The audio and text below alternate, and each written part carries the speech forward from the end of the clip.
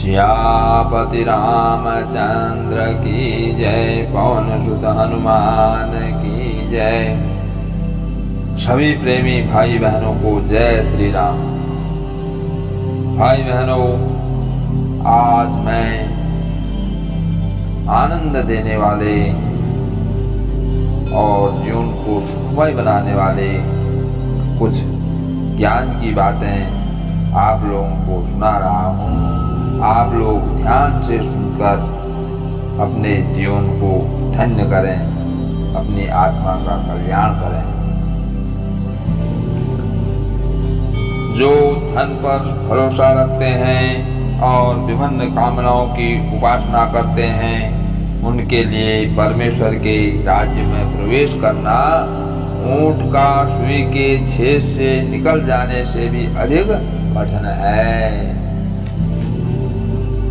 भोग और संग्रह की इच्छा सिवाय पाप कराने के और कुछ काम नहीं आती, अतः इच्छा का त्याग करना चाहिए, क्योंकि इच्छाओं का त्याग ही मोक्ष का उपाय है।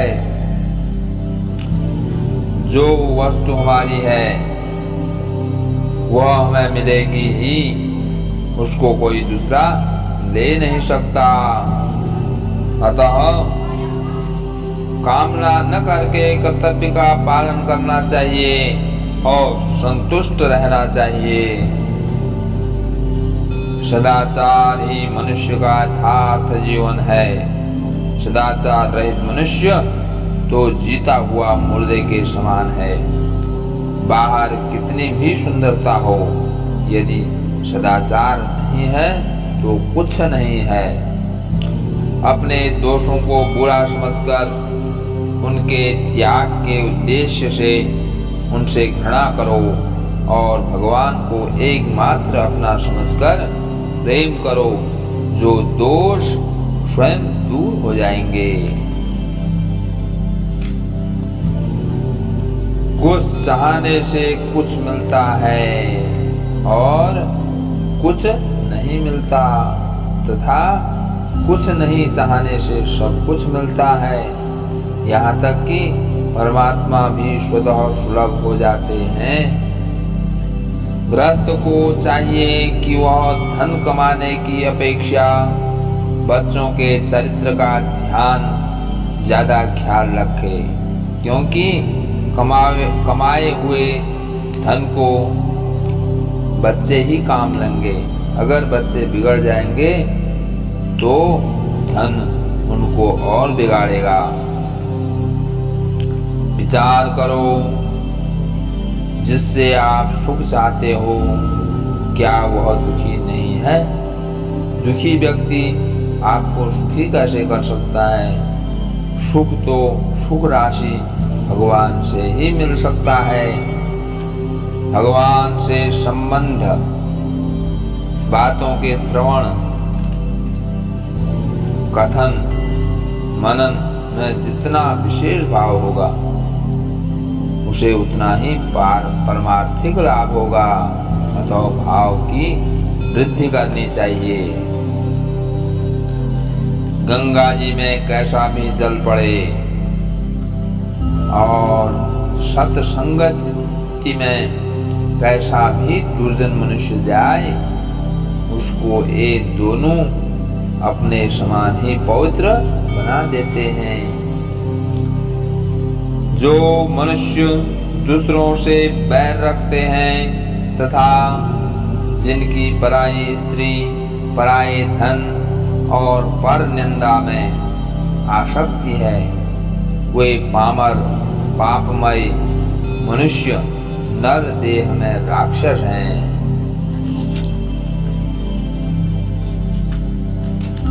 सांसारिक वस्त्रों के लिए होने वाले दुख की परवाह भगवान नहीं करते और भगवान के लिए होने वाले सच्चे दुख को भगवान सह नहीं सकते। जो हमसे सुख सुविधा, मान सत्कार, धन संपत्ति आदि कुछ चाहता है, वो हमारा कल्याण नहीं कर सकता। हेतु रहित कल्याण करने वाले तो भगवान और उनके भक्त ही हैं। जो नहीं होने वाला है वह कभी नहीं होगा, और जो होने वाला है वह होकर ही रहेगा। फिर चिंता किस बात की? इसलिए प्रभु विश्वासी निश्चिंत रहता है। हमें कुछ नहीं चाहिए, क्योंकि स्वरूप में अभाव नहीं है, और जो शरीर को चाहिए वह प्रारब्ध के द्वारा पहले से निश्चित है। इसलिए निश्चिंत रहना चाहिए। भगवान की ओर से हमारे भोग का प्रबंध नहीं है, केवल निर्वाह का प्रबंध है।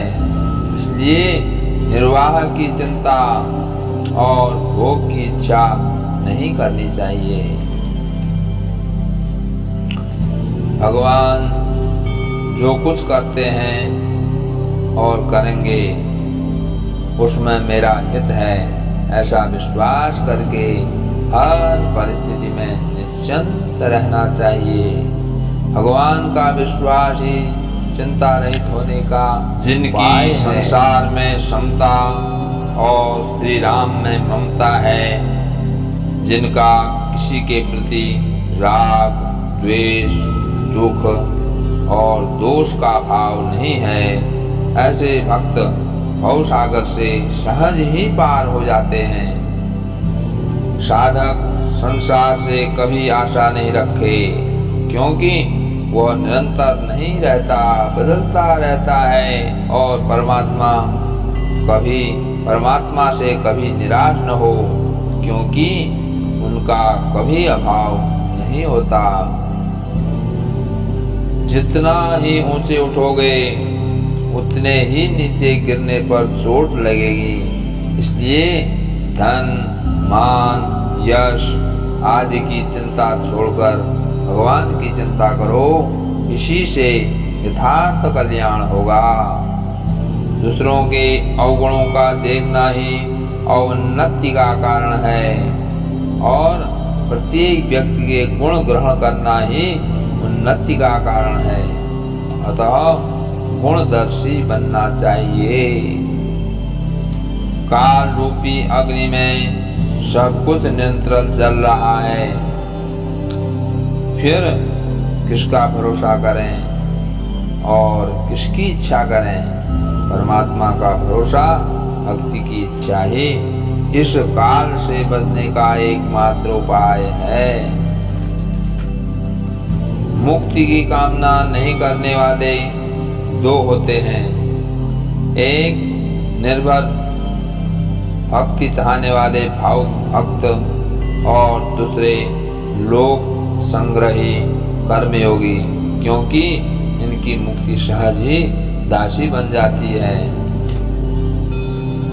बालक जन्मता है तो उसके बड़ा होने में, पढ़ने में, धनवान होने में सब बातों में संदेह है, पर उसके मरने में कोई संदेह नहीं है। मृत्यु के अतिरिक्त सब कुछ अनिश्चित है।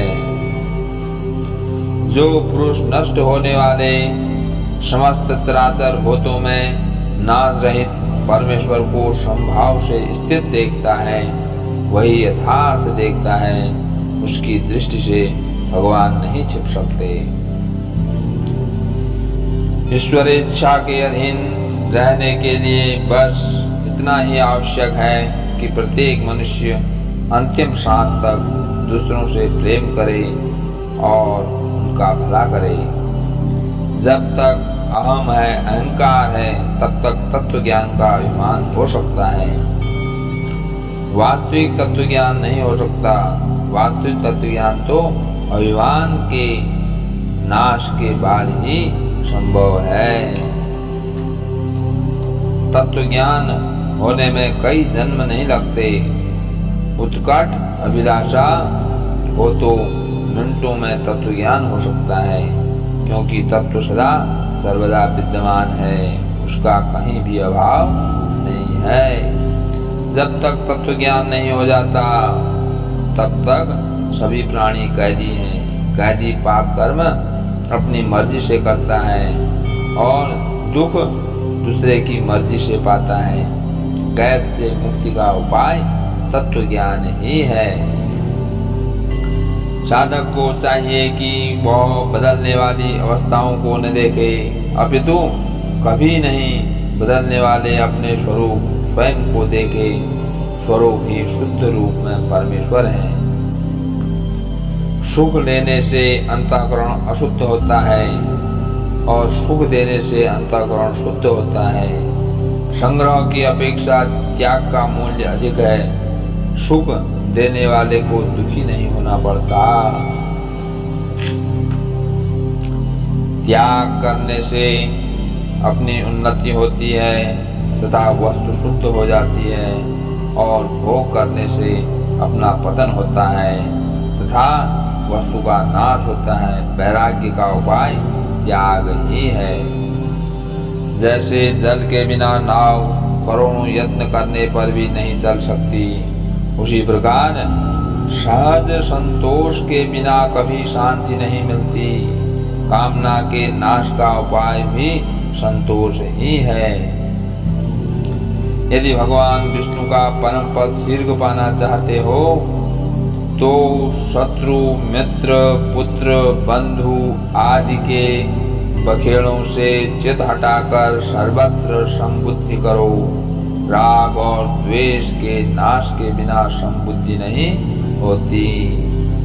सब में भगवत भाव करने से संपूर्ण विकारों का नाश हो जाता है। संतोष से काम क्रोध और लोभ तीनों नष्ट हो जाते हैं। तभी सच्चे सुख शांति के दर्शन होते हैं। विवेक अनादि है। राग आपका बनाया हुआ है। संसार में राग होने से विवेक दब जाता है और विवेक जागृत होने से राग मिट जाता है तथा विवेक से तत्वबोध हो जाता है। जब तक मन में काम क्रोध मद और लोभ की खान बनी हुई है तब तक पंडित और मूर्ख एक से ही हैं। सच्चा पंडित हुआ है जो विकारों से मुक्त है। यदि आप चाहते हैं कोई भी आपको बुरा न समझे तो दूसरों को बुरा समझने का आपको कोई अधिकार नहीं है। किसी को बुरा न समझने से भलाई भीतर से प्रकट होती है। कलह को छोटी बात नहीं समझना चाहिए, उसका परिणाम बहुत भयंकर होता है। गरीब की छोटी सी झोपड़ी में आग लगती है, उससे बड़े बड़े धनियों के धन धाम जल जाते हैं। धन किसी को भी अपना गुलाम नहीं बनाता। मनुष्य खुद ही धन का गुलाम बनकर अपना पतन कर लेता है। धन का उपयोग बुरा नहीं है, आसक्ति बुरी है। संसार का संबंध ऋणानुबंध है। इस ऋणानुबंध से मुक्त होने का उपाय है सबकी सेवा करना और किसी से कुछ न चाहना।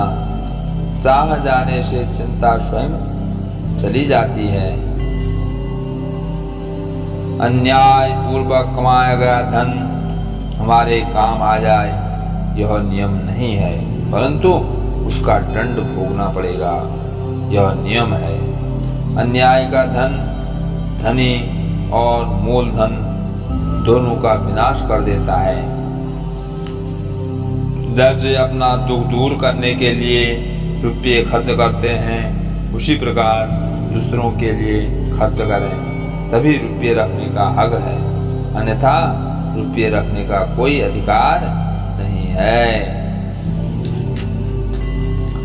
क्रोध में आकर जबान नहीं खोलनी चाहिए, इससे तो तलवार खींचना अच्छा है। कहने सुनने में हितकारी वचन का प्रयोग करना चाहिए, वह भी विचार पूर्वक। जिसके संग से तुम्हारे अंदर अहंकार पैदा होता हो उसका संग छोड़ दो, और जो मनुष्य तुम्हारे दोषों को दिखलावे उसकी खुशामद करो। आलोचक को सदा शांत रखो। सद्भाषण सद्विचार, सद्भाव भावना और न्याय निष्ठा का परित्याग कर बाह्य आडंबर से धर्मात्मा नहीं बना जा सकता। धर्म का आधार आडंबर नहीं व्यवहार है। भगवान का नाम सबके लिए खुला है और जीव मुख में है, फिर भी लोग नरक में जाते हैं। यह सबसे बड़ा आश्चर्य की बात है। नाम जप सब साधनों का पोषक है। जब तक मनुष्य की स्त्री, पुत्र आदि में ममता रहेगी, तब तक उसके द्वारा स्त्री, पुत्र आदि का सुधार होना असंभव है, क्योंकि ममता ही मूल अशुद्धि मल है। ईश्वर इच्छा के अधीन रहने के लिए बस इतना ही आवश्यक है कि प्रत्येक मनुष्य अंतिम सांस तक दूसरों से प्रेम करे और उनका भला करे। सियापति रामचंद्र की जय। पवन सुत हनुमान की जय।